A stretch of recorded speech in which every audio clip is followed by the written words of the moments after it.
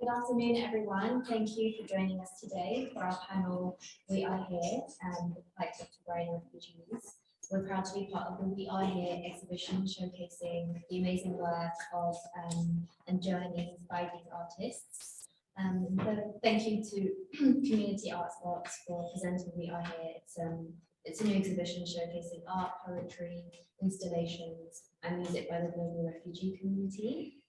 The exhibition draws on stories that chronicle the past and the pains of the present, and the works illuminate the strength and resilience of these communities to stand steadfast in the face of adversity. Amongst the artists on show, the exhibition will include art by established Iranian artists and refugee Javan and Wadidyan sketches, which you can see over here, capturing horrific moments of the Tigray Genocide, amongst others. Today's panel will focus on a range of topics affecting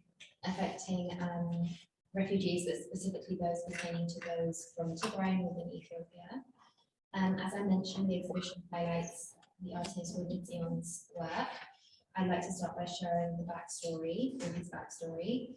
Wadidyan is a talented artist of Tigrayan origin who found himself in the midst of a waging war, which we now know to be the Tigray Genocide. It was amidst the intense war that Wadidyan thought about preserving the unspeakable experiences through sketches. He managed to escape his home in Tigray and headed to the capital city of Disarmament, as he thought he would be safe there. Undoubtedly, the harrowing images from being in Tigray remained with him, and he felt compelled to sketch these scenes of what he had witnessed. Despite the fear of being re-traumatized all over again, he wanted to capture and preserve these images for all to see. However, being in the capital didn't remove the risk that came with being of Tigrayan origin. He was not safe from persecution as the police undertook regular door-to-door searches, looking for any reason to detain Tigrayans, and Wadidyan was terrified that his sketches would be discovered. So that's a brief context to his work. I'd like to start by introducing the panelists today. So we have Dr. Harun here, who's a highly qualified educator, trainer, and training coordinator with over 21 years of work experience. He was previously a researcher for the Refugee Council and has written various articles and research papers for international conferences, and is currently the founder of the Wheat Mentor Support Program, providing vital support to refugees who are acclimatizing to life in Europe. We also have Sally Keeble, who is a former MP and has been a great supporter in raising the plight of the Tigrayan people. Joining us remotely, who is a politics and international relations major and also a member of Tigray Youth Network and the advocacy team, and that has been campaigning tirelessly against the injustices against Tigrayans. Dr. Halawi Aragga is a medical doctor and was serving in Aksum amidst the ongoing genocide. Dr. Halawi then had to flee the violence in 2021. Another member of TY joining virtually is Rita Kasai, who is a member of Tigray Youth Network and a Tigrayan activist currently based in Sudan, supporting Tigrayan refugees who fled the war. And lastly, we have Feroz Tesfaye, who is also a member of Tigray Youth Network's advocacy team, campaigning tirelessly against the injustices in Tigray. As we have Feroz speaking, in your opinion, give your view of what you think led to the war in Tigray, kind of encapsulating the tools and tactics of war. So I'll hand it to you. Thank you. I think to understand what happened in what's been happening so far, and to understand the war, it's important to have an overview of the Ethiopian identity. What does it mean to us, and what did it mean to different people within Ethiopia? So ultimately, the conflict, to me, and as I see it, it's not just a conflict of ethnic division, but one of national identity and how the Ethiopians should identify themselves. And so that meant that each ethnic group had once been somehow or seen as a foe to the other.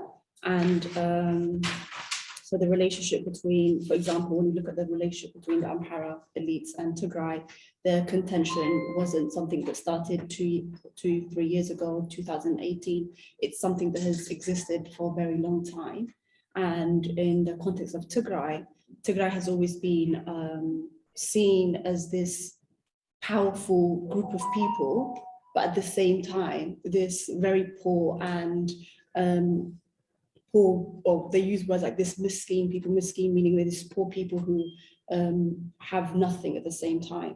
And I think this sort of reflects the, it's similar to the genocides that has taken place before in the past, where if we look at the Jewish history or in Europe and specifically in Germany as well, the history is that all these people are so powerful, they are stealing everything and they are the reason why this country is going to fail, but at the same time, they're so poor and derogatory words were used to describe them. So I think with Tigray, they share similar history in Ethiopia when it comes to that. And so it's in the backdrop of that the war happened. So when you look at the genocide took place, and so through that, I think a lot of propaganda was sort of propagated during the last, in the 27 years that APRDF was in power. And one of the tools that we used, I want to focus on, is a TV program, like a television/radio program, ISAT, which I'm going to look into, which was used as a weapon throughout the 27 years and, through the 10 years of their establishment. And also the Eritrean influence in that. The Eritrean influence was heavy, especially using mediums such as ISAT to propagate and create the havoc that we have today in Ethiopia. I think most recently, Burhanu Naga, who's, I think the last time he was the Minister of Education, had said that they were given about $200,000 as to ISAT for them to fund them. And some of the propagandas that were used that had led to this genocide is, it started in 2016, 2015, and it went on. And the description that we use to describe Tigrayans as people that have to be subjugated because they will be the reason why Ethiopia will fall. And I've got a quote here I wanted to read, and this is what they had said. Well, we Ethiopians are now facing between a small minority ethnic group representing 5% of the Ethiopian population who want to rule Ethiopia, subjugate others and subjugate people. And the solution for what we are facing currently is drying the water so as to catch the fish, or kill the fish, and the water being Tigrayans and the fish being, I guess, TPLF in this context. So this propaganda had led to the targeting of Tigrayans all over Ethiopia. Which meant that Tigrayans in Addis Ababa, in the Oromia region, in the Amhara region, especially in places like Gondar, they were displaced, they were pushed out of this country, they were killed. Universities, a lot of Tigrayan parents refused to send their children. Some of them refused to send their children to universities, especially around 2016, 17, and onto the comings of Abiy Ahmed, because they feared for their children's lives. And the kind of killings is gruesome. The similar gruesome pictures that we see today, people being hanged, people being thrown out of balconies, and that led to the displacement. So I think in 2017, 18, around 20,000, and that's a modest estimation, 20,000 Tigrayans were displaced from other regions of Ethiopia, and they had moved to Tigray. And I think it's important to also notice that some of these people don't know Tigray. It's like somebody who was born and bred in Britain being pushed out of Britain to live in Tigray. They don't know this region. They've always were born there, or their parents were born somewhere else in Ethiopia, and they had to go there to find some sort of refuge. And they had nothing. Some of these people lost everything they had. Their homes were taken, all the things that they've acquired over the years of living in these areas were taken. So that is the backdrop as I see it, and with the propaganda, and then with the Ethiopian politics, which is highly contentious because of the ethnic targeting of people that had led to what we have today, which is a genocide, an ongoing genocide. I don't think it's ended, to me. And different mediums were used, so famine, rape, so destruction of religious sites. And I wanted to touch on also the fact that the use of famine is not something new, especially in Tigray and the Tigrayans. I think the one that most people know is the famine in the 70s, which was during the Emperor Haile Selassie's reign. And it's said that the Emperor Haile Selassie knew of the famine and the coming of the famine, but it was ignored purposely because the uprisings that were happening in Tigray and also in other regions such as Gojam or Wallo, they were seen as a threat to power. So every time there's a threat to power, there's always the use of famine, especially Ethiopia being landlocked. It's very easy to do that. So, and then during the Derg regime, famine was again used as a weapon of war, where over 1 million people had been killed. And so the use of famine today is something not new to Tigrayans. And their trained army and the Ethiopian army, coupled with the Fano, had destroyed and used sort of like scorch methods to burn crops, to burn everything that they saw, and loot as well. So that is the background. I don't know if there's any questions. I just want to give some highlights on what led to the invasion of Tigray. In my point of view, like the main cause was repressed anger, hatred, and resentment, that which we didn't pick up at times. At this time, we at Ethiopian ratified the first all-inclusive, more or less democratic constitution. And this was also another era of war, the Ethio-Eritrean War, which was triggered by Eritreans. This was actually, you can find this in the Algiers Agreement, Article 15 and 16. And at the very moment, we had our first election, even at time of war. So Abiy giving COVID as a pretext to postpone his election was lame, because we had an election at time of war. And if you compare war and the magnitude that to postpone a war, to postpone an election, and comparing war and COVID, war has a significant effect. But we had done that previously. And the third era was between 2000 to 2005. In this era, TPLF was divided into two major forces.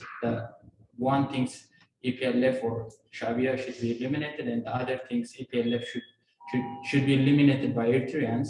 But as the saying, hindsight is a perfect sight. We cannot judge what has been done at times currently, no? And the other thing was 97th election, and there was a saying called this means items to subsidy administrations and Tigrayans to Ma'ala, which means basically its literal meaning is leave our city and move to your own country. This was in 2005 actually. And the fourth era was between 2005 and 2018. And more or less this was a transformational and growth time. But 2012, the demise of Prime Minister Meles Zenawi was a turning point, which led to a huge power vacuum in EPRDF, and everything started to fall apart. And in 2016, there were Tigrayans from every corner of the country start to be displaced. And we also remember, as Fai says, the Gondar quagmire, the Gondar predicament, and Tigrayan students in every university were stoned to death, and vandalizing of Tigrayan properties. And there was also a massive exodus of fearful Tigrayans. And after Abiy's, after 2018, which is after Abiy came to power, which was the fifth or the final era, which led to the genocidal war, he made appeals to make a political reforms, unity and reconciliation. But the paradox here is the time that he gets the power, he started naming Tigrayans, shaming, ethnic profiling, firing Tigrayans from their job. And the naming, you all remember, daytime hyenas, wigs, cancers of the society. And the other thing is, most of us think that the Tigray war was a regional or a civil war. Basically, it was not a regional or either a civil war, it was an international war in which more than 9 countries were involved directly or indirectly: Ethiopia, Eritrea, Somalia, United Arab Emirates, Turkey, Iran, China. This war was involved, so basically it was an international war. So when it comes to an international war, the main causes will be the war studies put the main causes as mania. It's a mnemonic called mania. Mania means M for militarization, A for alliance, N for nationalism, I for imperialism, A for assassination. The militarization we can see when Prime Minister Abiy go through Eritrea and visited Sawa, and while Isaias Afwerki came to Ethiopia and visited each and every intelligence and military officers. And the alliance was, we all know the tripatriarch autocratic alliance in the Horn, which was formed by Abiy, Isaias Afwerki, and Abdullahi Formaggio. And the nationalism, we all know the Amhara nationalist movement, the Oromo nationalist movement. And the thing that, if I was saying, the Gondar Quagmire was a mere sign of a nationalist movement. And imperialism, literally, the PP wants to overrun an autonomy, that's imperialism, building an empire, and they think Tigray is a protectorate of Ethiopian empire, so they have to superimpose their own autonomy without Tigrayans wanting or accepting that. So the assassinations, there were a lot of assassinations. The assassination of General Saara, the assassination of General Gezai, the assassination of top Amhara government officials, and the assassination of the famous artist Hachalu Hundessa, the Oromo artist. But this didn't lead to the war. In most of the cases, when you see an international war, assassination of somebody will lead to is an immediate cause. For example, if you take the First World War, the assassination of Friedrich Duke from the Austro-Hungarian part was the immediate cause for the World War. But at this time, the assassinations didn't lead to a war, so they have to come with another pretext. And this pretext was the Tigray defied central government to hold its own regional election, and the federal government has to cut ties, including the annual funding, which we call this a tantamount to a declaration of war. Even this was not an enough pretext to wage war on Tigray, and they have to come up with another notion, which is saying attack on the northern command, and you can take that as the final whistle. And the other is to give a brief highlight on the tools and tactics of the war. The first one is conflict-related sex and gender-based violence. When we define this conflict-related sex and gender-based violence, the definition will be one, the perpetrators should be affiliated with a state or non-state armed groups, and the other is the victim. You can divide into two, and the victim should be perceived to be a member of a persecuted group, which can be political or ethnic minority. So in this case, the proxies for the perpetrators can be the Ethiopian National Defense Force, the Eritrean Defense Force, Amhara Militia, and Special Forces. These were the proxies for the perpetrators. And when it comes to the victims, Tigrayan women, girls, boys, and men for the victims. So it fulfills the definition of conflict-related sex and gender-based violence. Even though this is not uncommon to see time of war, the magnitude and the brutality was staggering when it comes to Tigrayan war. And the intent was one, is to cleanse the bloodline, as they have already stated. The second one is to inflict long-lasting physical and psychological damage. And the third one is to erase identity. And the fourth one is to terrorize, dehumanize, and devastate the whole Tigrayan nation.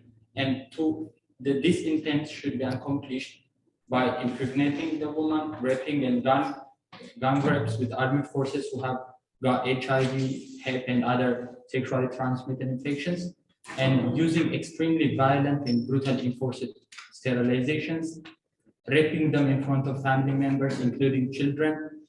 So when you see this whole the intent and the things that used to accomplish this intent will fit to the definition of genocidal rape per United Nations Prevention of Genocide Crime. And it's estimated to be more than 26,000 women and girls take clinical care, but the estimation will reach 220,000. So imagine, it's a lot of number. But this number this is an underestimation because the perpetrators impeded access to services, and also they used to threaten death threats to the victims, so the victims wouldn't seek any medical attention. The other tactics was the weaponized famine, as I said, in food and agriculture. We all know 3/4 of Tigrayans rely on agriculture, and 1/3 of the economy comes from the agriculture sector. So weaponizing natural resources will be a huge means to destroy the economy, in which so that they can impose what they want imposed. So in this aspect, there was a ground air offensives conducted targeting livestock, croplands, storage facilities, houses. Before the war, there was around 600 to 900,000 food insecure people in Tigray, but after the war, based on the WFP, it reached around 5.2 million, which means 91% of the population was food insecure. And when it comes to severe acute malnutrition, it was 3 times the global WHO emergency threshold, putting 70,000 children at immediate days. And the other one is education. In the education system totally collapsed. No primary school, no secondary school were functional. There used to be 4 huge universities, and all of them were closed. So you can imagine the lag in education. The other is the health system. We used to have 3-tier health system: the primary health care, which consists of the health post, the health care, and the primary hospitals. In total, around more than 100,000 facilities, 712 health posts, 233 health cares, and 29 primary hospitals. And the secondary health care, general hospital, we used to have 16 general hospitals. Tertiary level, specialized and comprehensive hospitals, we used to have 2. From all these, there were only 19 health facilities functional after the war. Imagine, and we used to have 280 functional ambulances. 9 were partially functional. In every aspect of the health, Tigray used to be way better than the national average in Ethiopia, but after the war, the entire health system was collapsed. Most of the services were not available.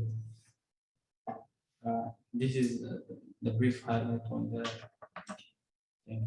Thank you, Hilal, for that really comprehensive overview. I think it sets us on course for the next question for Dr. Hailu, so I'll share your presentation now.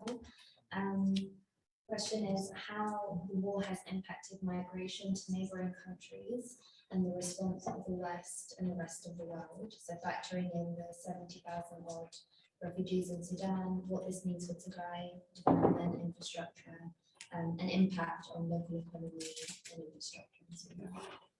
Thank you, Rawina. Right, my title is just the title, the major title, which is the plight of refugees. I said it starts right from the first step, footstep. That means once the war was waged, people start moving from their homes. And that the plight starts there, the suffering started there. Before they reach Sudan, they should have traveled many days to reach Sudan. Along their way, they face hunger, they face all the climatic change, and so on. So that's why I say it starts there, and it's still continuing. Even after they reached their destination, the suffering of the refugees has still continued. But before that, let me take you to the 1984 Great Famine and the 17 years of Tigray war, we had strikingly similar situation. Even at the time, the EPLF, like what they are doing now, they have hampered the journey of the people at the time. And many people have perished on their way. The only difference is that moment, the whole world was alarmed by the situation. The world attention fall on the heart of Tigray at the time, including world actually. And we remember, for example, we are the world. Do they know Christmas? You might remember all those songs. And now it's a deafening silence. The world is not giving much attention to the whole situation. That's the only difference. Now, if I can move on to the next slide. Slide 2. Yeah, the cause. The cause of migration, as we all know, there are two definitions or two causes given there, the UN Convention of 1951 and the OAU Convention of 1969. In the first one, it says, people flee their homes for reasons of race, religion, nationality, membership of a particular social or political opinion. And the second one says, people flee their countries owing to the external aggression, occupation, foreign domination, or even seriously disturbing public order. The Tigray refugees, the Tigrayan refugees meet both definitions. The aggression is the Eritrean aggression. A foreign power has come and invaded Tigray. And the reasons of religious, not necessarily religion, but nationality. They were based on the nationality of Tigrayans to exterminate the whole people of Tigray. It's not a political conflict, as Hilary said. It was beyond that. It's the extermination of the whole population. Next. Now, what are the consequences of all this? As you can see, it could fill the whole page or 2 pages. The amount of people, suffering people just face. Psychological and mental crisis. The ordeals during trekking, starting from the first step. Trauma, war trauma, and so on. Language barriers when they arrive in the country of asylum.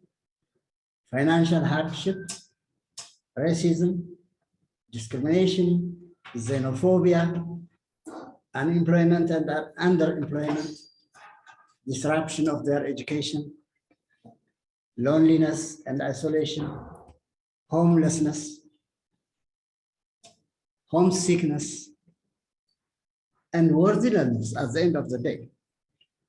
We have hundreds of them here, highly qualified university lecturers, civil servants, ex-combatants, and so on. They are very important people, ex-officials. Now they are reduced to nothing almost here when they come. So these are the consequences of the flight.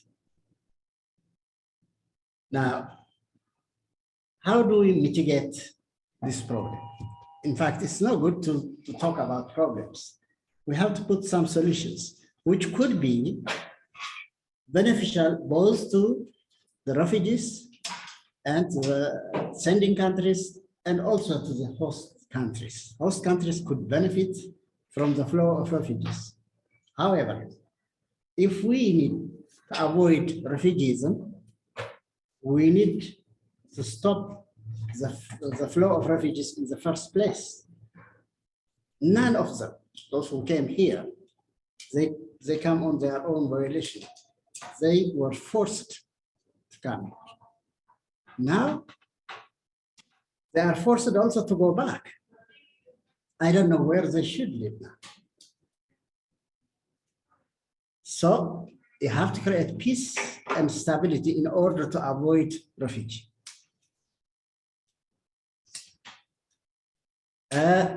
You have to have human rights. You have to have hope, and so on and so on. You have to have education and employment opportunities in the countries of origin. When you satisfy all this, there will not be any refugee. Those refugees have come forcibly. And next. So the next solution is integration. Once they have come here, they need to be integrated. Integration is a two-way process. It's a give and take process. They have something to contribute. Many of them, as we said earlier, are highly qualified, young people, very aspiring, with all lots of skills. We should have utilized their skills. That's what we are striving to do as WIT now, with our TRIP project, Tigrayan Refugee Integration Project. We are striving to help refugees to stand on their own 2 feet and to contribute both the country of asylum and the country of origin. Now,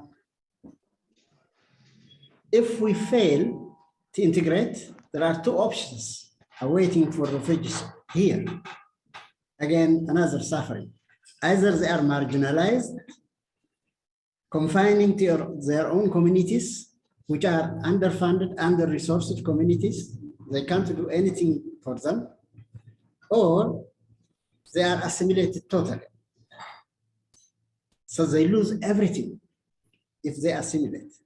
If they integrate, they share their knowledge, their skills, their abilities, and so on, their culture, their tradition, and they receive the benefits as well. It's a win-win. The third one is repatriation. Okay, here, as part of the integration process, many people just obviously go to their communities. They become marginalized if they want. Of course, it's good to go to your community. That's your instinct.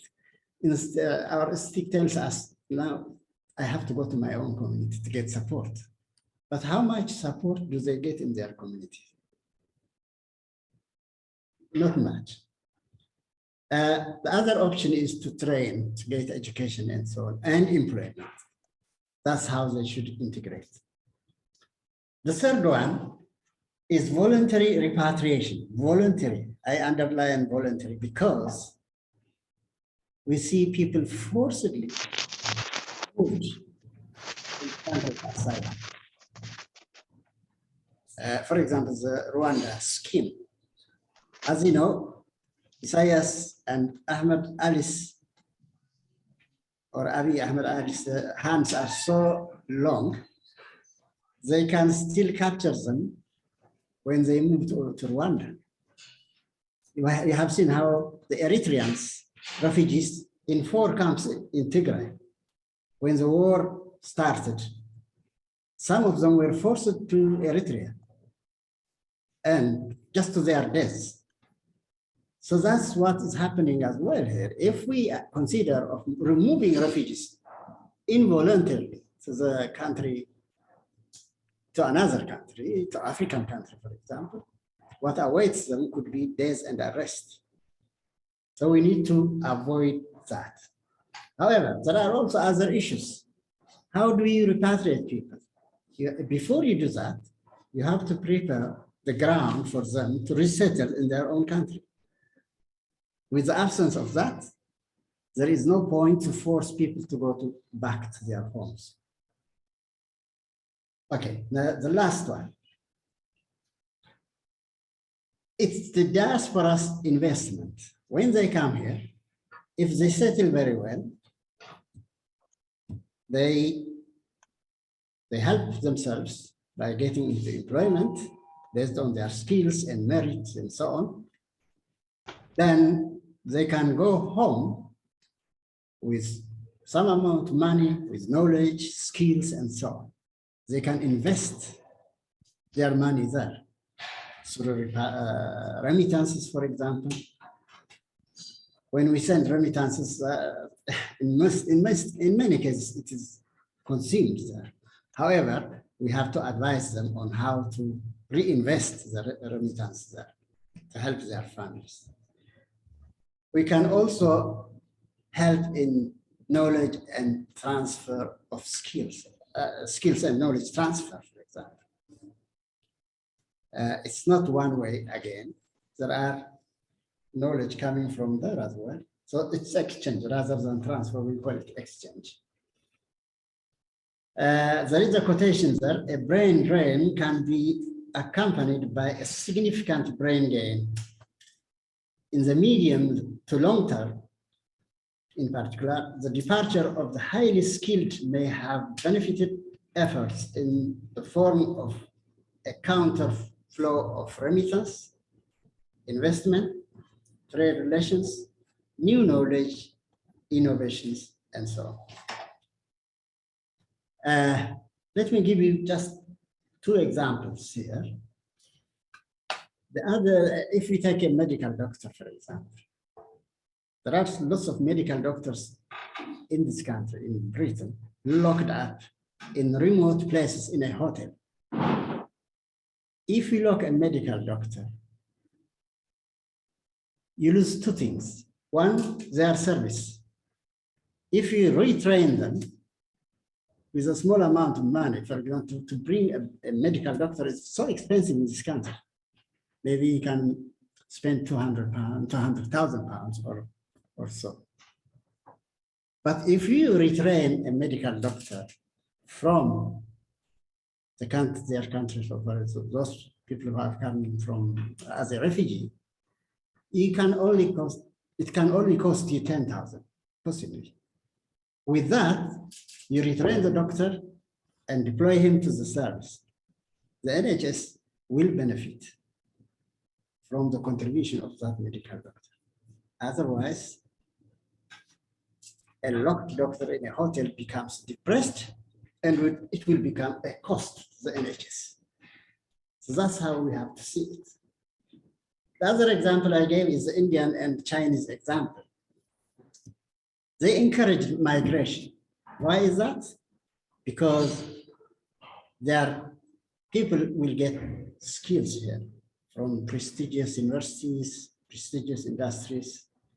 They gain skill and they take back home and so on, and bring back actually value-added technology to the West. So that's how we have to treat, or we have to manage migration in order to become a win-win situation. Okay, can we move on?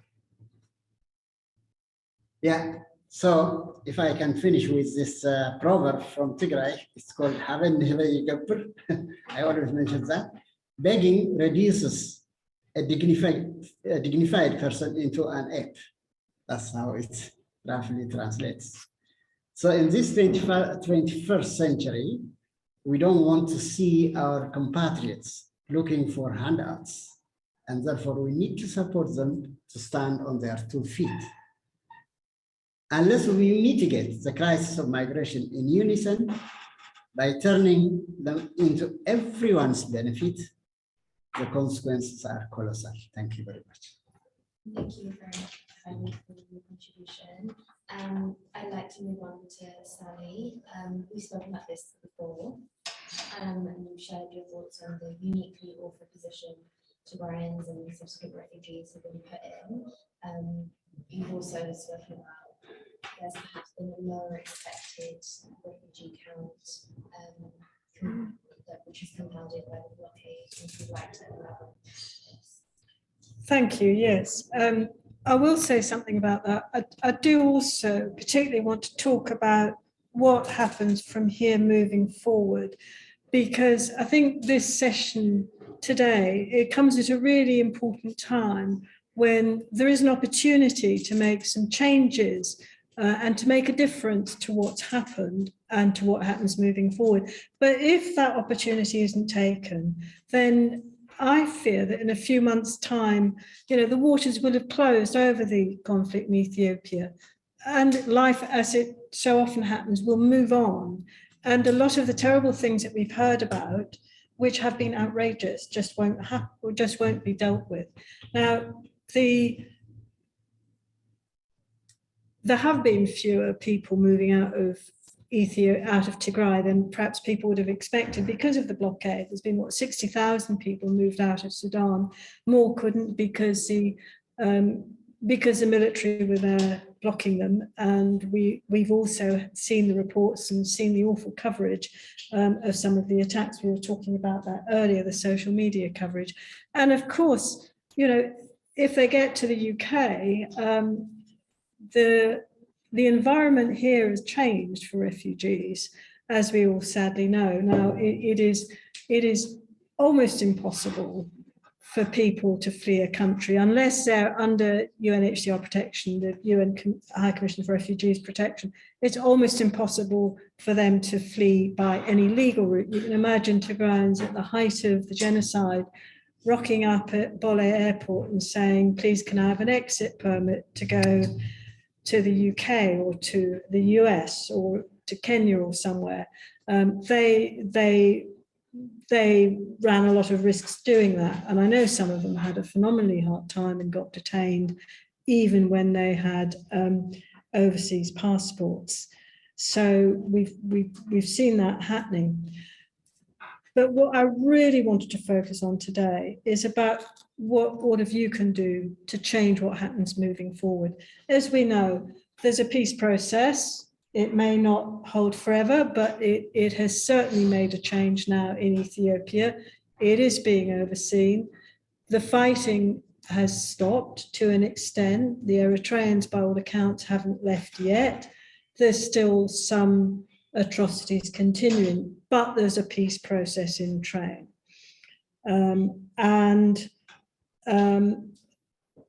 That is for the forces on the ground and then the international community to watch what's happening. I think the question for us is, what can we do?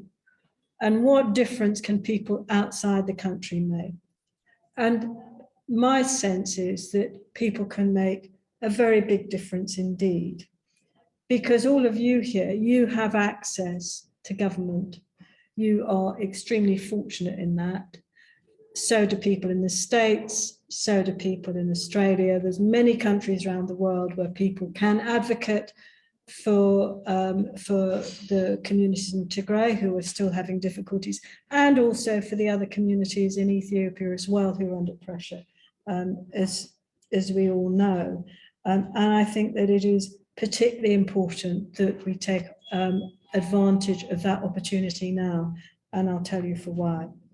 Here in the UK, as you know, we've got a government which has made a commitment to tackling conflict-related sexual violence. Now, as people know, I'm not the same political party as the party of government, but I give full credit to them for actually taking that position, for saying that this is an important issue, and for pushing to make sure that there's action taken to prevent conflict-related sexual violence, and to make sure that the international community holds fast to its commitments to tackle that. And we have an opportunity here, therefore, to make sure that the government here, and hopefully any government that might replace it in the future, holds to that mandate and makes sure that that happens. Because as we heard so movingly previously, the conflict-related sexual violence has been one of the most egregious of atrocities that have happened in Tigray. And I would say that the conflict-related sexual violence in Tigray is the worst that I've seen in my lifetime anywhere in the world. The same applies to the other atrocities as well, of course. But the particular commitment that the UK has got is over the conflict-related sexual violence, which has been genocidal in nature. It has not just been, random acts by a few bad apples, or, the things that people say normally happens during a war. It has been genocidal, and that's been clear from the actions and from the language used and the targeting of Tigrayan women on the basis of their ethnicity. So that is right up there up front of the things that we should be tackling. And one of the reasons why it's so important that we do lobbying around that now is because of the position of the International Commission of Human Rights Experts on Ethiopia, which I'm sure everybody here knows about. Do you? That the UN Human Rights Council, supported by the UK government, supported by the US and a number of other governments, set in place an international commission to look at the atrocities in Ethiopia, the full range of atrocities. They started their work. As you probably know, there was a huge kickback. They were blocked from going to Tigray. They had to work remotely. They produced an excoriating report, which was rejected by both the Ethiopian and the Eritrean governments. And there has been consistent pressure through the UN by those countries to try to get the commission scrapped. And it's had change of personnel. There's been efforts to try to cut its funding. So there's been a consistent campaign to stop the process of justice, which should be happening through the UN. The big issue, in many ways, is whether that kickback succeeds, or whether the international community can for once stand up and say, no, what happened in Tigray with the sexual violence against anything from 26,000 to 120,000 women, whether there is going to be some justice for those women. And also whether those other atrocities that we've seen, whether there's going to be justice for the people who were maimed and who lost family members during that awful violence. We've all seen the videos. I think for many of us, there came a point when actually they became really hard to look at because they were so truly awful. Now, there are 2 days to watch out for. One is on June the 19th, the UN has an International Day for the Elimination of Sexual Violence in Conflict. Okay, I don't know if anyone's heard of it, but that's the International Day. And we are planning an event to mark that day. And it would be really important if all of you can lobby your MPs to make sure that they sign up to support the campaign to make sure that there's justice for the women in Tigray. And I might say also the women elsewhere in the world. There's a Yazidi women, there's a Ukrainian women, there's a Syrian, there's a whole range of different, there's the Rohingya women who have all had the same issues and suffered the same violence.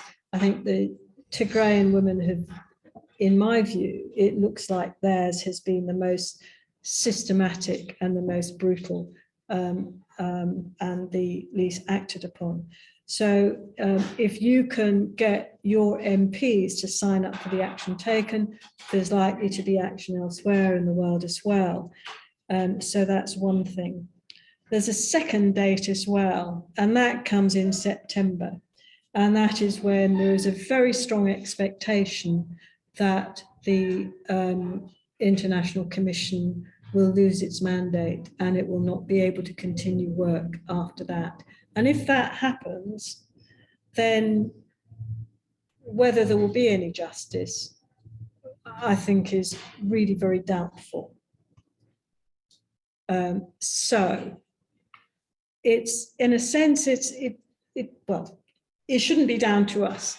It's actually down to the international community. It's down to those governments to make sure that they live up to the promises which have been passed so often through the UN and all the commitments that have been given, that they do provide justice for the people in Tigray who have suffered, the women who have suffered the conflict-related sexual violence, and also those people who have lost friends and family members to atrocities or have been maimed in them.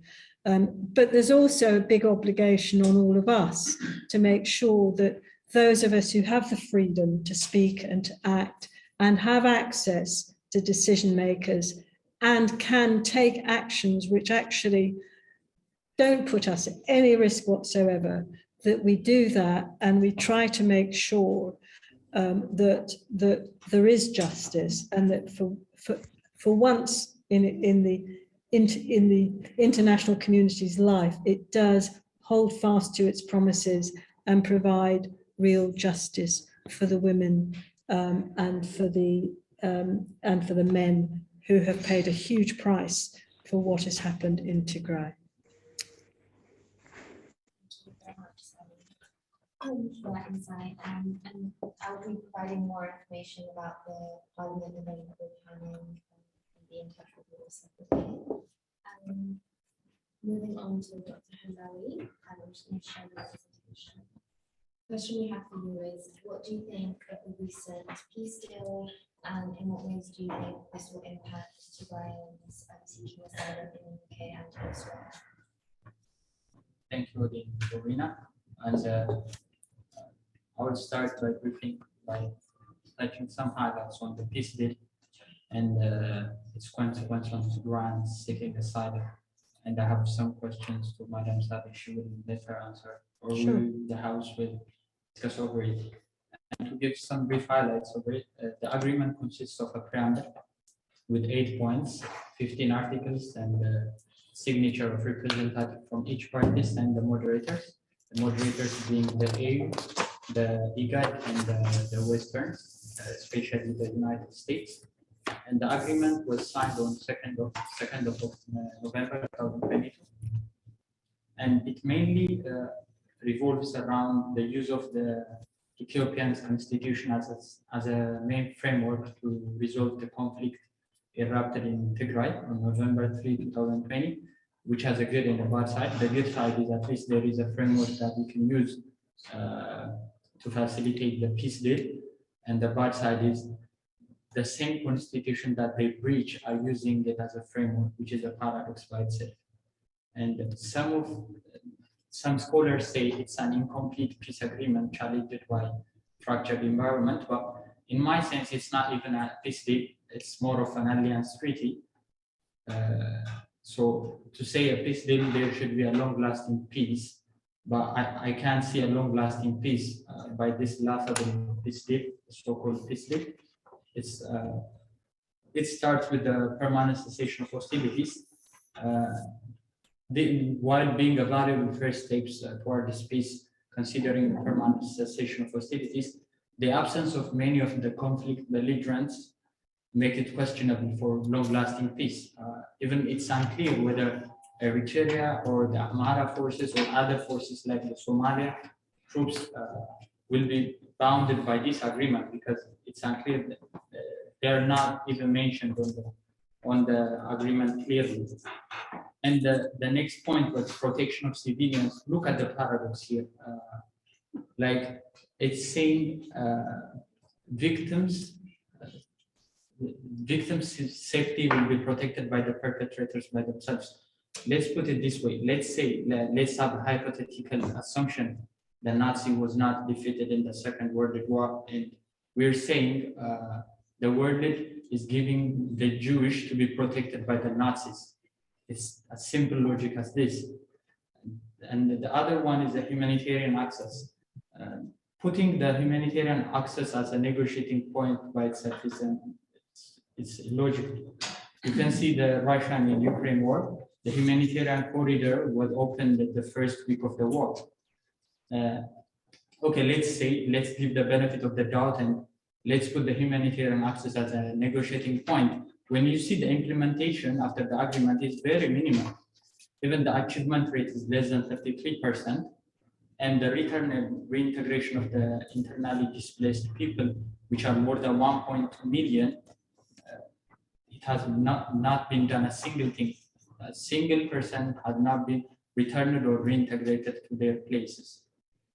The other point was the DDR, which is the disarmament, demobilization, and reintegration. This is the only article in the peace deal where there is a specific time schedule, a due date, and a major repercussion if not implemented.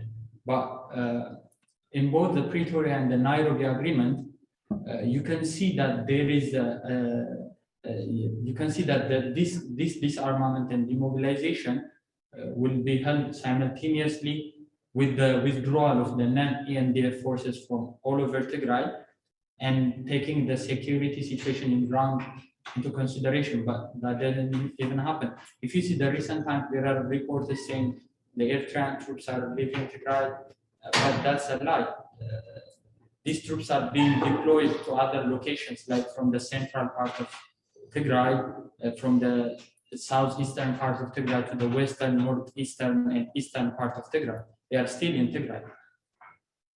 And the other point is, by the same token, there are reports which says Amhara forces are still in multiple parts of Tigray. So when you see the all cumulative effects, this will have an acute risk of conflict resurgence in Tigray, because these forces, the perpetrators, are still in Tigray. While having these anti-peace forces in Tigray, more than 65% of TDF has been disarmed, demobilized, which was the force that we were expecting to protect the civilians. And the other point is the confidence building measures that were put on the peace deal. And at this point, the point where TPLF should accept PP as a legitimate government, and PP in return should facilitate the lifting of the terrorist designation by the House of People's Representatives, which has happened in a few days, which is a good start actually. But when we see the other confidence building measures like restoring the essential services, almost nothing has been accomplished timely. And of course, there are some improvement, but it's not, it's not sufficient. Like we can see, banks are not functioning well, communication is poor, transport and navigation services are limited and very expensive, education services are not functional, are not fully functional. The only thing that started before a week is the primary schools, secondary schools, and the universities are still closed. And the other point is the restoration of federal authority in Tigray region and the representation in federal institutions. So when it comes to the federal government's authority in Tigray, almost the federal government has controlled most of the infrastructures, hospitals, universities. But when it comes to Tigrayans being represented in the House of People's Representative and the House of Federation, nothing has been done. It's still on hold. And the other point on the peace deal is the transitional measures. The transitional measures, the first one is an establishment of interim regional administration. This has been delayed, but we can take this into two major reasons. The first one is our own internal reasons, and the other one is an external reason. The first reason, the internal one, is the failure of the Tigray government on forming an all-inclusive transitional government, and the oppositional parties' weakness on choosing what kind of political dynamism they should follow. And by the same token, the external one, especially when it comes to the federal government still wants to impose autonomy unconstitutionally on Tigrayans, which is a continued autocracy that has led to this genocidal war. So basically, it means after the peace deal, also the cause of the war is still continuing. The other joke of this peace deal is the national transitional justice policy. And when you see this, it says, I will quote directly from the agreement: "Government of Ethiopia shall implement a national transitional justice policy aimed at accountability, ascertaining the truth, reconciliation, and healing consistent with the Constitution of Ethiopia and the AU Transitional Justice Policy Framework." This is laughable, because you can see it says a transitional justice without transition. It's very self-contradictory thing. There is no transition in the war. There is no transition in the war, and there is no also transition in the government's administration. So what transition are we talking about here? And the other thing is the Ethiopian government is thwarting justice while pushing the external pressure. That's what they're doing. And also the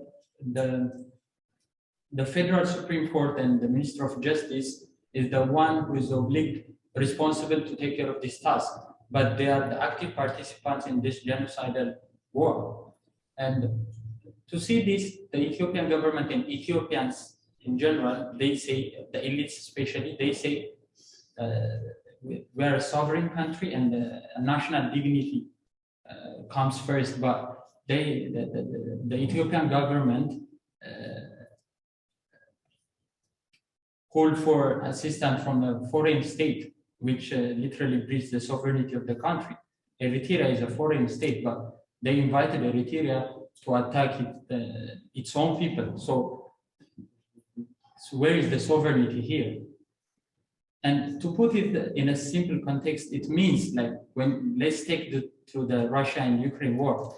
Literally, this means Vladimir Putin should investigate the war crimes happened in Ukraine by his own soldiers. It's not that so different when you think it this way. So basically, transitional justice must deliver justice to the victims. It shouldn't protect the perpetrators of brutality. And the other thing is the peace versus justice dilemma in a post-conflict society. It is one of the difficult things to tackle even for the United Nations. If we take chronologically, peace should come first, because if we didn't take peace, the perpetrators or the parties will breach the agreement in not being to be prosecuted or to be accountable. So in seeing this, there are two types of justice serving methods. One is prosecution, the other is non-prosecution. In the non-prosecution, you can have amnesty, truth commission, exile for peace deed. In exile for peace deed, even we can take the history of Muammar Gaddafi, Saddam Hussein, even the UK government at that time asked Muammar Gaddafi to exile for peace in the neighboring countries, but he didn't accept that, and we all know what happened to him at last. And when it comes to the prosecution, there will be domestic trials and international trials. If you give a domestic trial, there will be a greater chance of injustice if there is no transition, which is our case. The other one is international trials. So the question that will come here is, can the international community support, or is there any legal duty to prosecute perpetrators? And the answer will be yes. And these duties comes from the international criminal treaties, which we've used the Geneva Convention of 1949 and the Genocide Convention of 1948. In the Geneva Convention of 1949, it codifies the law of war, and it uses the clause of the grave breach clause, which puts it as a grave breach to which the preceding that will prosecute war of crimes. But in this grave breach clause, the problem is it says not justified by military necessity. So if you have to justify it for a military necessity, it doesn't mean it's a war crime. So, for example, let's take to our context, in PP or the Ethiopian government used to say, I'm attacking these civilian areas, I'm attacking the churches, I'm attacking hospitals because the Tigrayan fighters are using it as a fortress. So that's how they want to escape the war crimes. So giving the domestic trial to investigate by himself means destroying the evidence that we have to seek justice. It's not even logical.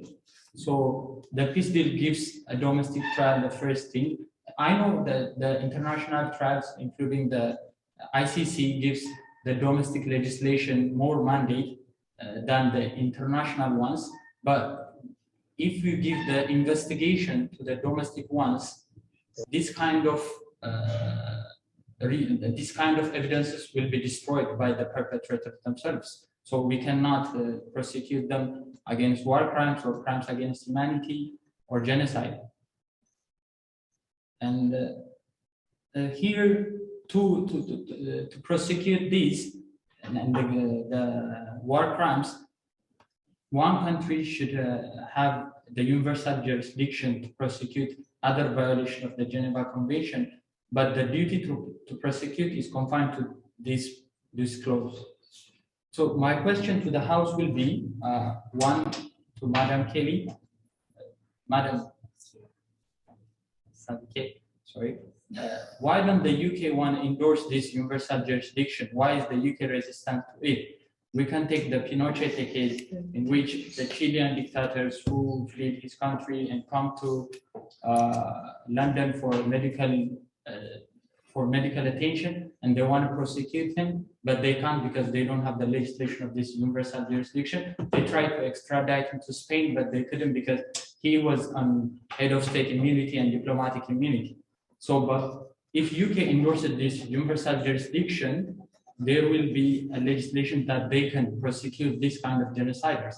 And the second case is, there's a notorious case of this several Rwandan mayors who seek asylum in UK, and they have been granted, amazingly, they have been granted a refugee status.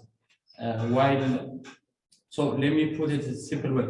That after the Rwandan genocide, the Rwandan government asked the United Kingdom's government to send these Rwandan mayor genociders, and the UK government was willing to send them back to their country, but the United Kingdom's court refused this thing because it was against the Human Rights Convention, the European Human Rights Convention, and the UNHCR's Refugee Convention, which was signed in 1951. So by upholding this one human rights violation, this human rights convention, let's say they don't want to send them back, but they have to prosecute them here. But they can't because they don't have that universal jurisdiction. So that's why these genociders choose United Kingdom as a favorable country of refugee than the others. They couldn't go to the Netherlands, they couldn't go to the Spain, they couldn't go to Canada, they couldn't go to Germany because they will be prosecuted by this universal jurisdiction legislation. So they prefer UK. So if we take this consideration into our context, tomorrow Abiy Isaias Afwerki will come to UK and you couldn't do anything. They say they will come. You don't have any universal jurisdiction. You cannot prosecute them. Okay. First off, can I just say I'm a former MP, I'm a former government minister. I'm not actually in Parliament now. So if you've got questions for MPs, then you're going to need to go and put them to MPs. Just on those points. Now, I believe it is really important to get justice for the victims, the survivors of the atrocities. Well, in the case of the people who've been massacred, they're obviously, there's not survivors, sadly. In the case of the women who've endured the most appalling sexual violence, there are survivors. I strongly believe that it is essential that there is justice for them. The path to justice is extraordinarily difficult.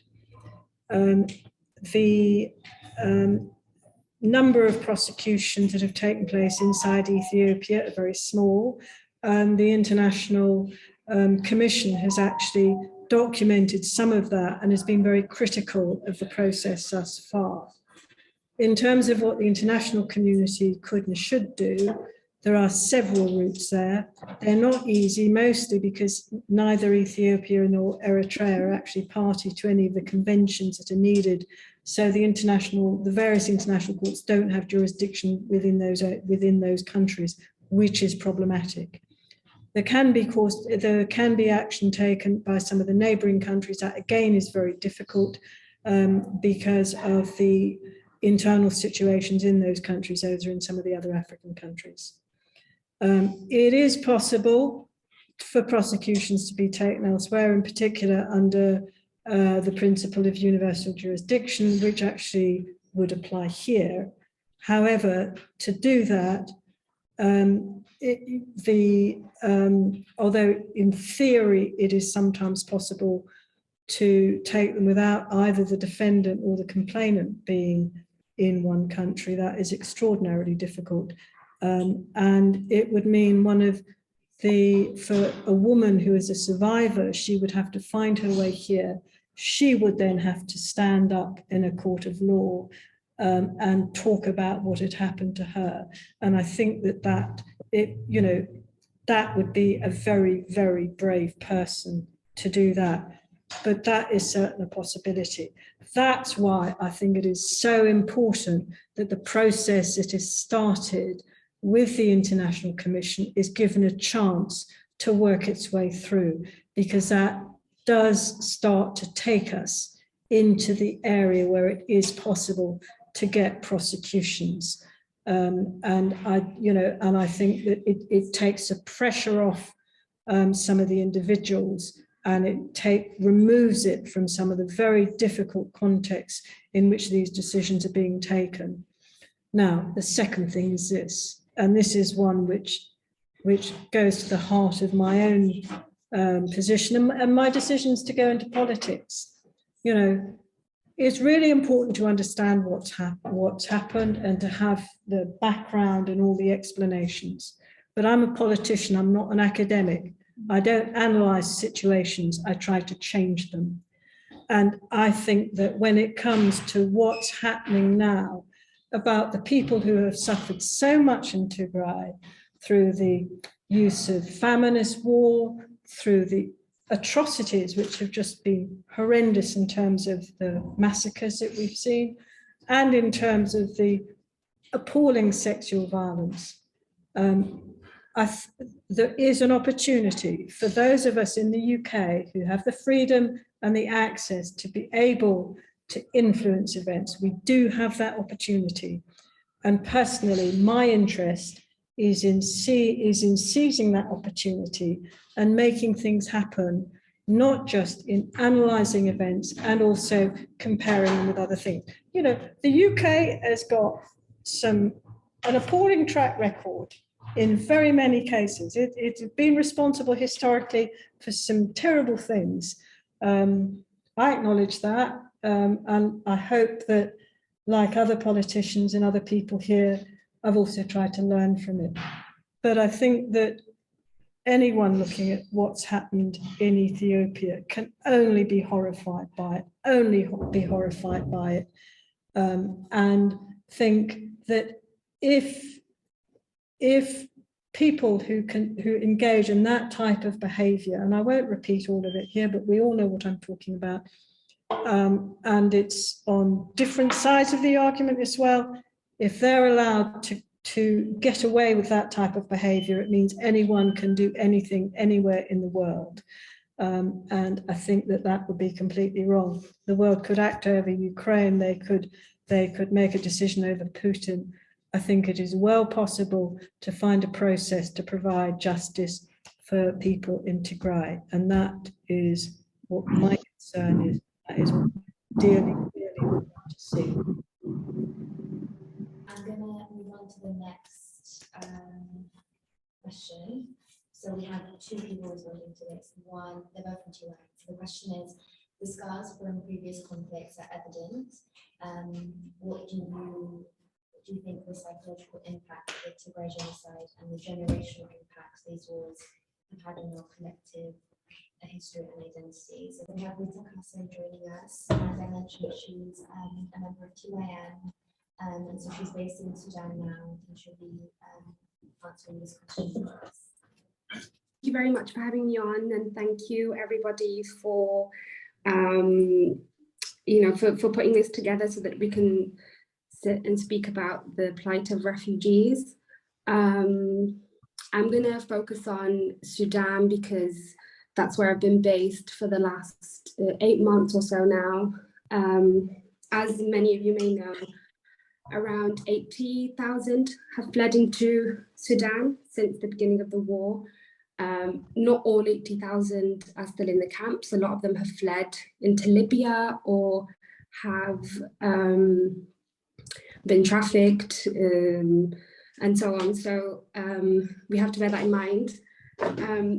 I want to note that these refugees in Sudan, although are not being shelled or killed directly or experiencing the stuff that people are experiencing in the center of Tigray. They've been deprived in every sense of the word. They are living in relatively better conditions than the conditions inside Western Tigray, but they're deprived of protection.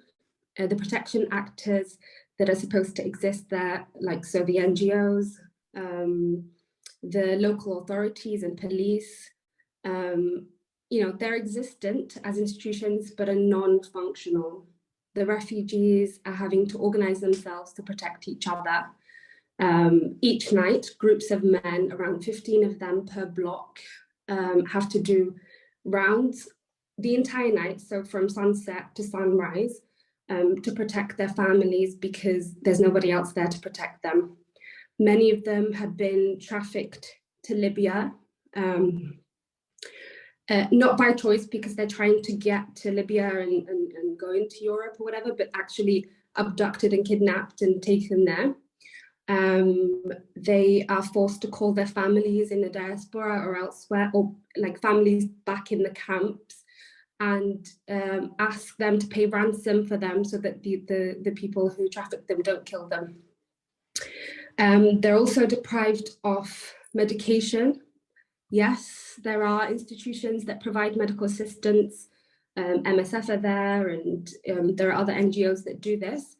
But often they have to walk miles from one side of the camp to another because in the heat, because the camps are so big, to find a Tigrinya speaking doctor, because a lot of the doctors are Sudanese and speak Arabic. They have to queue up the entire day with a sick child on their back for some of the mothers to see a doctor who'll give them a diagnosis and a prescription, to then go into the pharmacy and find that there's no medicine. So even the medical institutions are ill-equipped to give the refugees adequate medical assistance. They're also deprived of work. Yes, there are a few jobs that the NGOs provide, but a lot of the jobs from the NGOs go to the locals, and also there isn't many of them. In Sudan, there's something called GIFA. I don't know if some of you have heard of it.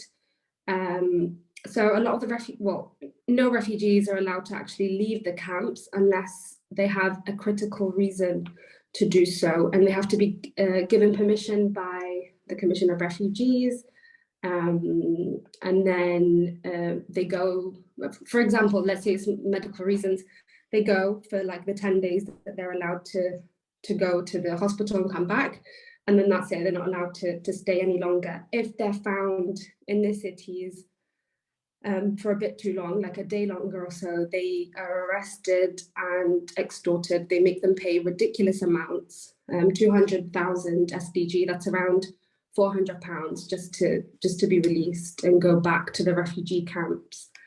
So they're not allowed to work in the cities, and they're not allowed to become urban refugees. They're deprived of food. So the World Food Programme used to provide around, well, still provides actually 15 kilograms of sorghum and a litre of oil and some lentils per refugee per month, which is something, that they're able to kind of survive off of that. But that is due to go down in the summer to half.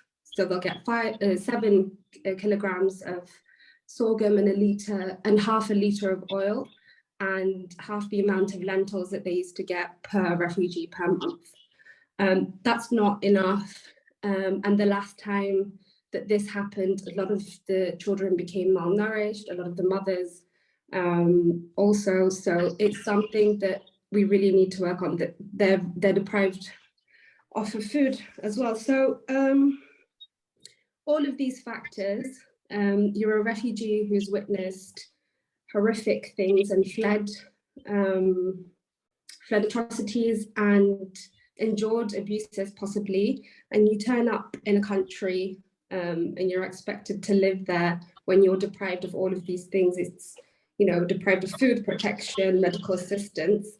Of course, you're going to want to get out of there. and go elsewhere, which is why a lot of them have fled into Libya and so on. So obviously this is going to have an effect on the population of Tigray. There won't be a lot of young people, at least, from the ones that I've spoken to, wanting to return to Tigray. You know, since the internet has started working in some areas, we've seen what the situation is like in Tigray. People are deprived there. They're not having a good time, and it doesn't look good. So people are not wanting to return. They want to go elsewhere. I won't go into what that will actually mean for Tigray and its economy and things like that. I'm sure some of you will cover it, but yeah, that's the situation now. I want to add on to what Sally and Dr. Hilawi were speaking about in terms of the Independent Commission of Inquiries and what's happened since the peace deal. Western Tigray, as you know, a lot of the refugees in Sudan fled from Western Tigray. What they say when you ask them how they feel about the peace deal is that they're really happy, but the reality is that there's no peace for them. They'll tell you explicitly that the people that tried to kill them are still in their houses in Western Tigray, so they're unable to go back. They'll tell you that their families are still in concentration camps. The concentration camps are unthinkable conditions. So if we think back to the Holocaust and the camps that the Jews were held in, they had bathrooms. I'm not trying to glamorize this in any way, but they had bathrooms and they were able to leave for some exercise. The Tigrayans in the concentration camps in Western Tigray and also in Alamata are not allowed to leave the camps.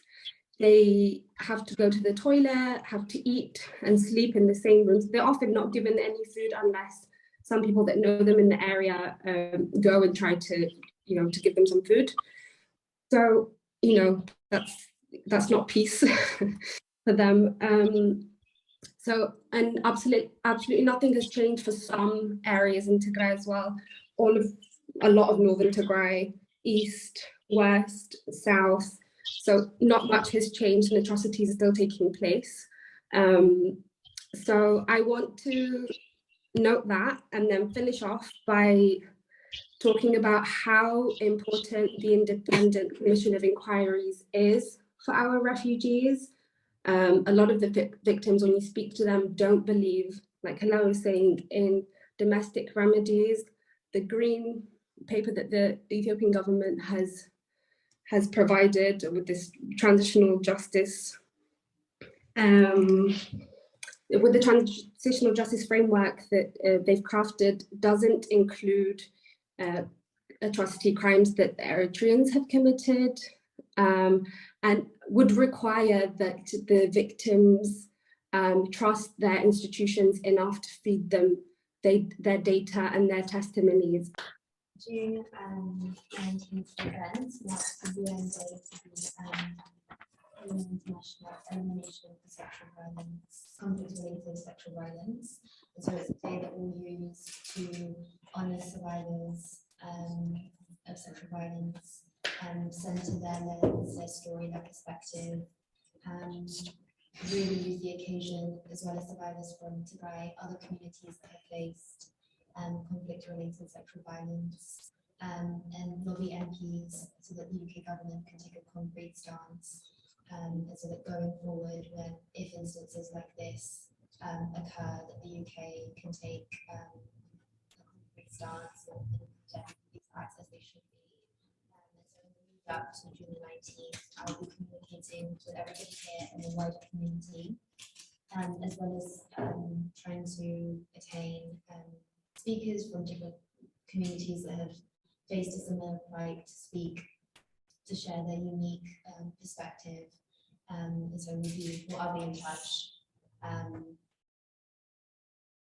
be in touch going forward about how to lobby your MPs, what the day should be used for, and just how to better engage and coordinate. And so this occasion will be seen as like the last occasion to really grab the RMPs to force the UK government. So the day will be RMPs, it will really be seen as the final opportunity to do so, to ensure that accountability and justice is decided and measured by survivors, by women and girls, and by young men and boys who have been equally affected by conflict-related sexual violence. So I implore you all, those of you in attendance today and those of you who have attended prior engagements at Parliament, that will be in touch and that will be coordinating the event for June the 19th to mark the UN Day for the elimination of conflict-related sexual violence. I'm not sure if Rita is able to join us again to finish her point. I'm just going to see if she can unmute to speak. If not, we can proceed to the video recording that we have.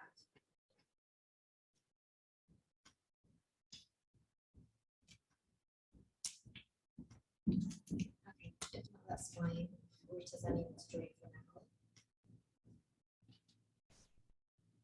Proceed to the video. Everyone, my name is Melat Abtu. I'm part of the advocacy group in the Tigray Youth Network. Today I'll be speaking about the cessation of hostilities agreement signed in Pretoria, and that was between the TPLF and the government of Ethiopia, and what that really meant for Tigrayans and how the situation, if the situation has indeed changed post-agreement. I think one of the most important things to point out is that the agreement in itself does not provide much discrepancies upon what should be available after the deal had been signed. So basic necessities that should have been readily available for the people in Tigray, such as basic humanitarian aid, access to their bank accounts, access to basic necessities such as electricity, water, things like transportation, petrol, even the ability to access medical facilities, which is a very basic need. All of that had been stripped away from them, and the agreement was a part of restoring the dignity of Tigrayans, restoring their rights as human beings. And it did not include, and it's very important to note this, it did not include anything that was maybe out of the ordinary or out of what they should have been receiving in the first place.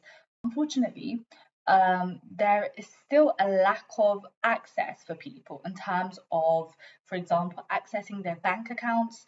When they do access their bank accounts, there still is, they're unable to withdraw their savings. They're unable to withdraw over a certain amount, and this happened within weeks of the banking services being restored after years of not having access to them. They still cannot access the full sum of what they have in their savings. We're talking about a population that has been, surviving by thread for the last 2 years financially and economically, and they still are not able to access what they had earned throughout, their work throughout their lives. And that was very disheartening, and I think it still is, because people are suffering. A lot of the federal government workers, civil service workers, they still have not been paid, and this is over 2 years in, sorry. And we are still yet to hear that the government has taken the responsibility and accountability to pay their workers, because they do come under the federal government. They work as civil servants. They work for the state. So the government of Ethiopia has a responsibility to ensure that they are paid. We're talking about medical staff as well. So hospitals are unable to pay their staff. One of the major general hospitals in Tigray, Ida Hospital, has reported a mass influx of workers being forced to leave their jobs because of the lack of resources and their inability to actually provide for their families. They can no longer continue to work and put in the hours to help their, the injured and those who are in dire need, without having to, to go home and to be able to give something back to their families, because their families also are suffering. So the situation has not changed much for people of Tigray.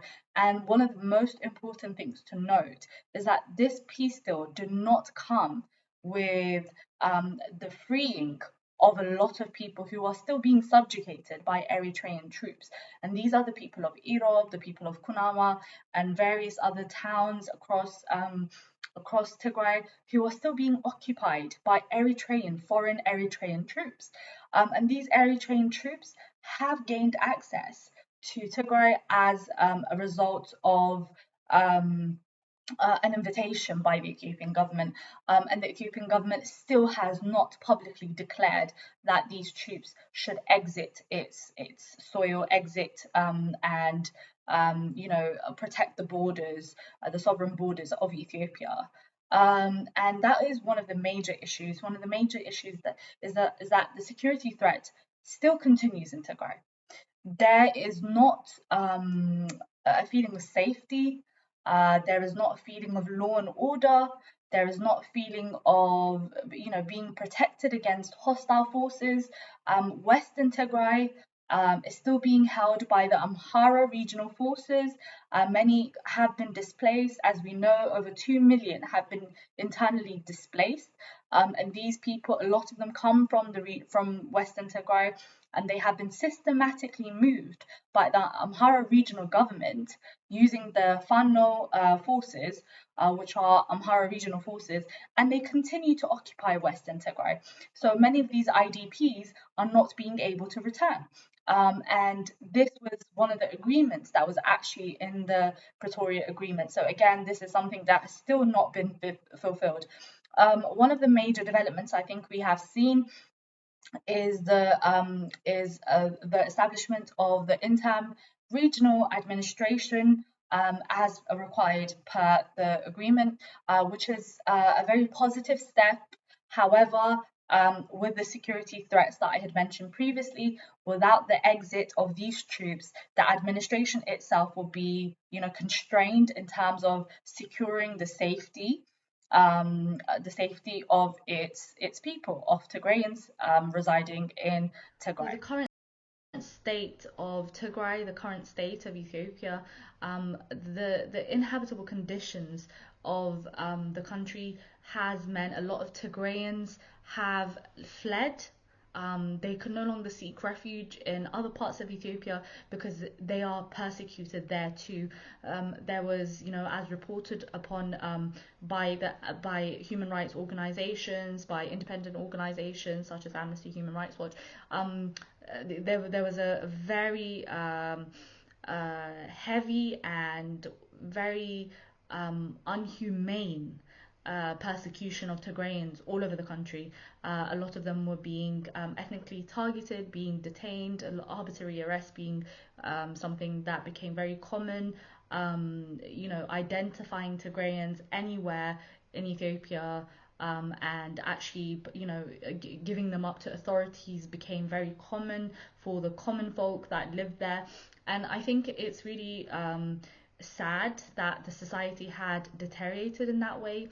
And although things are somewhat improving, we still have a lot of Tigrayans who continue to be detained, who continue to have, they've been forcibly disappeared, and the government has not given any answers to families. Families still don't know where their loved ones are. And this continues to be a major fear, as it should be for Tigrayans, and therefore they do no longer feel safe in Ethiopia. So they leave and they seek asylum in neighbouring countries, and some have made it to the UK and are seeking asylum in the UK. In saying this, it's very hard not to forget the fact that there has been conflicts in Europe, such as the Ukrainian and Russia conflict, which has caused over 8 million Ukrainian refugees all over Europe who are seeking asylum. A lot of them, or more than half of them, have been integrated into initiatives and schemes that allow them to settle in their host countries, the UK being one of them, having an initiative to sponsor Ukrainians.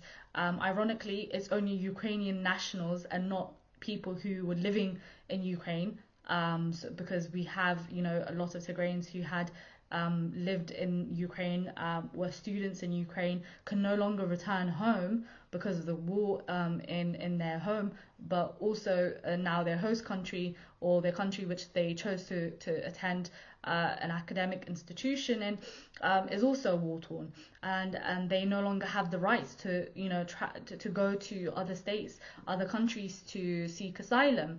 And they had been detained. A lot of them had passed through very, very grievous and very heartbreaking conditions, and a lot of migrants, asylum seekers have made it to the UK, and they are seeking asylum based on the war and the inhabitable conditions in Tigray and in Ethiopia. And it's very sad to see that not a lot of attention is given to these asylum seekers. When you see the amount of let's say positive coverage of the asylum seekers who had migrated here due to war from Ukraine. So the difference in the way the government, the way the media is covering asylum seekers coming from different parts of the world has been noticed, I think, by a lot of us. And I think it's really important that we kind of call out some of this hypocrisy. And when we call this out, I think there are various ways to deal with asylum seekers. And being an asylum seeker is not a crime, which may surprise a lot of us by the way it's being covered, but in mass media, but it's not a crime. Asylum seekers have certain rights according to international law. And the UK, the UK as a country is a signatory to most of these laws. So to almost paint a picture as if asylum seekers are not they're going against the law. First of all, that's factually incorrect. But secondly, it's also a bit hypocritical when we see the differences in which some asylum seekers are treated. And I think the most important thing is, I mentioned the JAX report, which is the joint report for conflict and stability in foreign states, an assessment conducted by the UK government. I think when these assessments are conducted, they should be released publicly, because these kind of findings are building blocks to actually holding the states, creating instability and creating conflict to account, or the perpetrators on conflict and stability to account, because they must first be identified, and they must also be publicly addressed, because the conflict has caused an issue that is international, that is global, where migrants are now seeking asylum all over the world. Tigrayans have migrated all over the world because of the war. Ethiopia in general has a very weak economy at the moment, that has forced people to migrate again outside Ethiopia. But Tigrayans in general are, they find the country inhabitable. They are being persecuted for their ethnic identity, and therefore some of these reports are very key in narrowing down what the core issues are. Because without narrowing down what the core issues are, you can't pursue stability. You can't pursue positive change. You can't pursue holding the perpetrators to account, and you can't hold the signatories to peace agreements such as the Pretoria Peace Agreement to account, because you do not have the reports to back it up, and the UK definitely has the report to back it up, but has declined in releasing it due to maybe paying mind to the diplomatic relations with Ethiopia rather than putting human rights at the forefront. And I think many of us as taxpayers, many of us who have the ability to voice our opinion, need to make it known that this is unacceptable. Human rights is our rights as human beings, no matter where we are from, no matter where we come from, no matter what religion, what faith, what belief, what ethnic group we may come from, what belief system or anything that we practice as individuals does not should not be hindering to basic human rights. And I think that the UK definitely has to play its role in forcing, in pushing and lobbying for its partner Ethiopia to make sure it sticks to the peace agreement, the Pretoria peace agreement, in order to create solutions for the conflict and also stability in the region. So there is less migration outside of Ethiopia, outside of Tigray.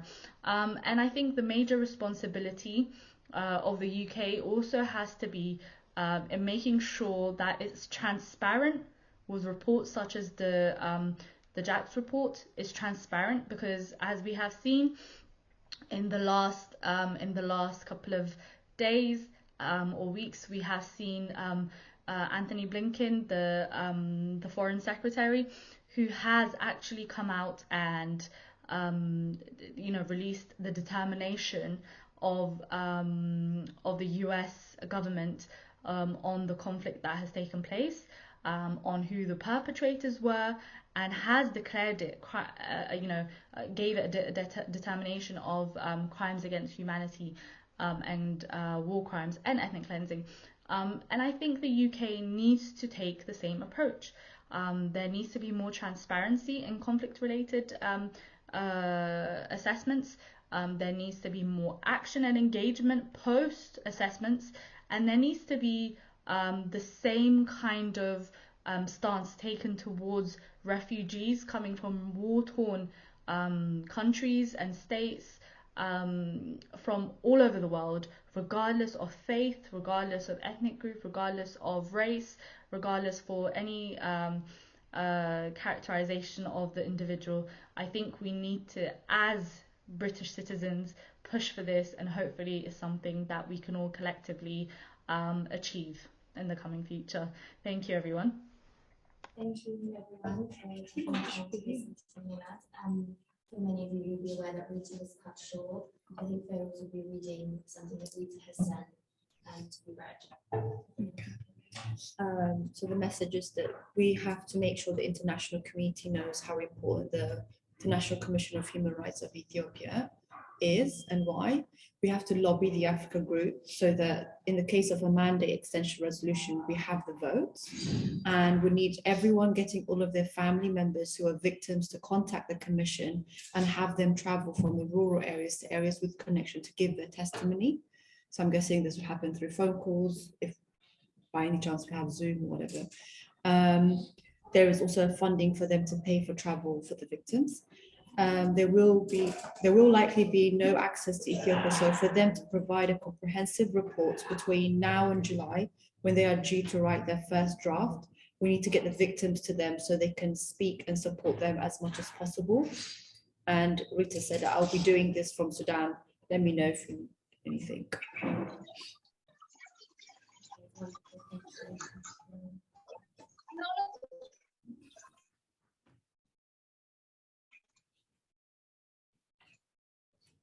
Thank you, everyone, for today's session. I do want to pose any questions or some time to the audience if people have any questions, or people in the chat bar to submit any questions they have.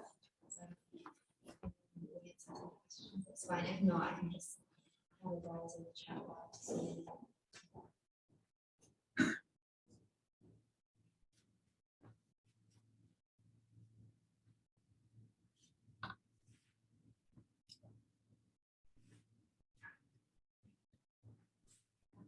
Can you answer that all of us, perhaps Dr. Hogan? What action has been taken or is there planned to take by the Tigray community in the UK to get more attention or acceptance by the UK Home Office?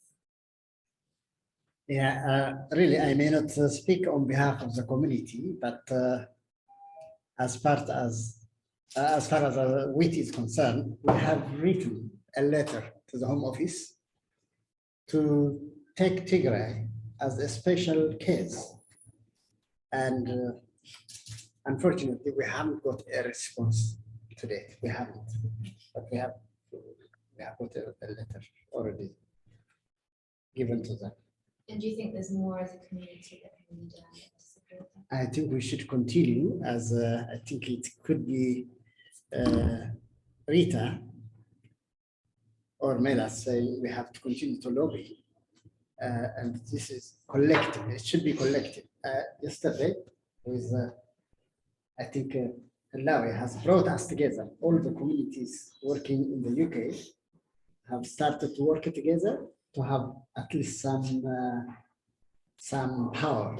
When we act collectively, we have someone to listen to us. Otherwise, if we work individually, there is nobody to listen to you. So collective action is important. I think we have gone along that line. Can I just make a suggestion on if you haven't got a response from the Home Office? Sorry, I've got a problem with the contact lens. If you haven't got a response from the Home Office, the thing to do is to write to your MP, your own MP, attach a copy of the letter, say that you've sent this to the Home Office and you've not had a reply, and please can your MP chase it up. Your MP has got the responsibility to respond to you. So that would be a way to try to make sure that the Home Office replies. And if you ask everybody else who's signatory to that letter to do the same thing, then hopefully the Home Office will get the MPs onto them to say these people must have a response. We'll try that, but it's unfortunate that you don't get a response to a reply to your letter. Previously, it was us who often make a mistake. We may not go to appoint to them our appointments in time. We may not respond to any emails or any letters. Now, it's the reverse. If the Home Office doesn't respond, who else? Yeah, what I just said is your MP should. Yeah, true. Yes, that's unfortunate. They should have responded.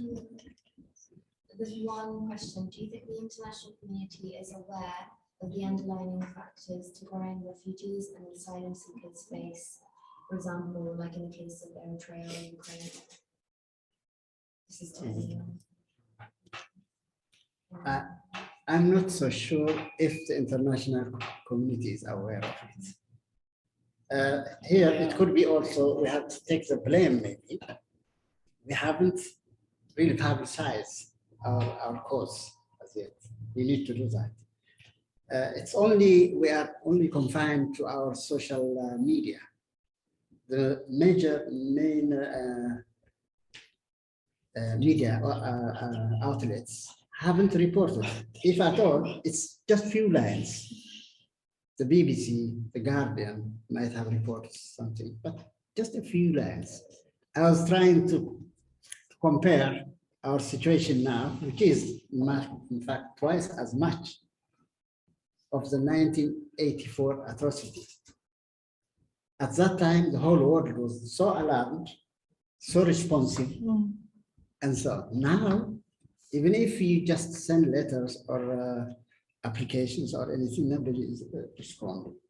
But we still, it doesn't mean that we have to keep quiet. We have to fold our arms and sit. No, we should lobby.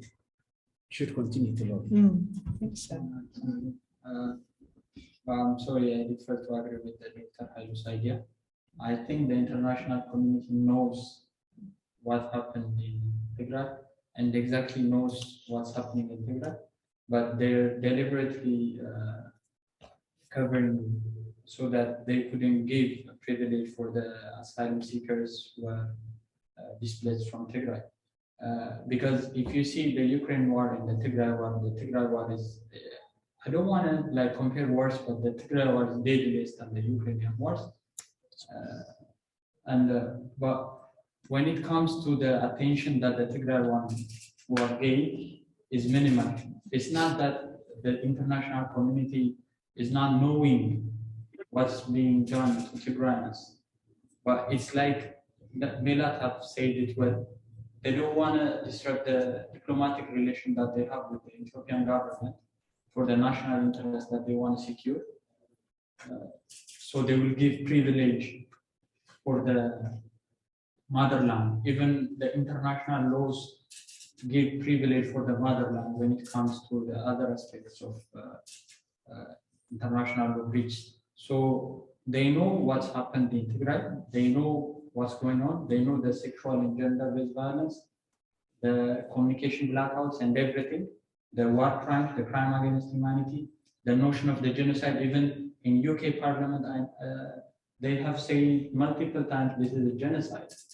And if you see the Amnesty International reports, Human Rights Watch reports, the UNHCR's reports, the UN's reports, everyone knows what's going on in Tigray, but they don't want to give the refugee, the Tigrayan asylum seekers a refugee status, because they think that they're burdening themselves with a lot of refugees from, because there is Syria, there is Yemen, there is Afghanistan, then Ukraine, now Tigrayans and Eritreans are there also. So I think it's not about the notion of knowing or not knowing. They know, but they don't want to act on the things that they know. That's my point. I just want to close by asking if there's any final comments that any of the panelists would like to make. So if not, we can do that, or if you'd like to say something. What do they think about the new migration bill? Anyone can say about something with the new migration bill?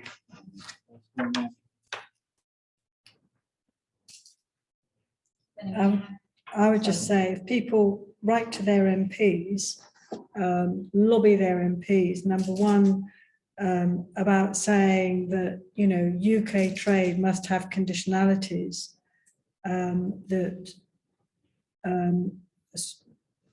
respect the needs of the Tigrayan community and the other communities who are under pressure in Ethiopia, but that must be conditionalities about the trade, that it can't just be unhindered, that in the aid program that goes, there must be certainties that it's reaching all parts of the country, because that's UK aid that's provided in particular for the more stressed areas. And thirdly, that above all, the point that Rita made about ensuring that there's pressure on to continue the mandate of the International Commission of Human Rights Experts, so that that can continue and can press for justice.